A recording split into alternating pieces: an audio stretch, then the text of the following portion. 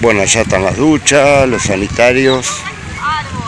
Acá tenemos flores, lindas flores. Bueno, acá ya llegamos al sector de piletas. Puentecito por la derecha, puente por la izquierda.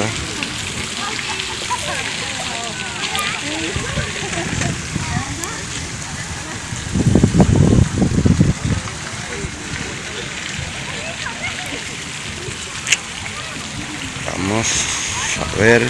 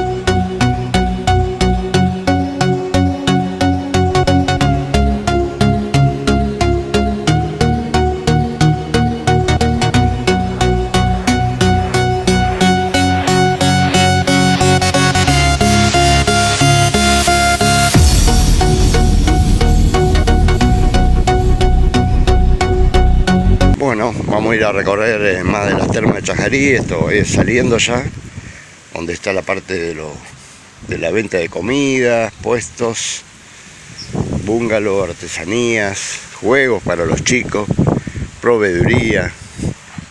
Todo un sector muy bonito también para la gente que viene a disfrutar aquí en Termas Chajarí, fuera del complejo. Bueno, un montón de lugares, kioscos, maxi kioscos y de todo un poquito acá. Vamos recorriendo los lugares. Acá hay alquiler de bata, de toallas, de todo un poquito,